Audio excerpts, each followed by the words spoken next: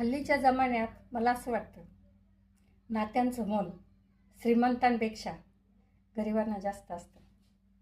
आता समोर आमच्या एक मुलगी राहते, म्हणजे त्यांची सूनबाई, त्या माहेरवरून आल्या. तर इतकी आनंदी होती, इतकी खुश होती. तिच्या अंगावरती सुंदर साडी.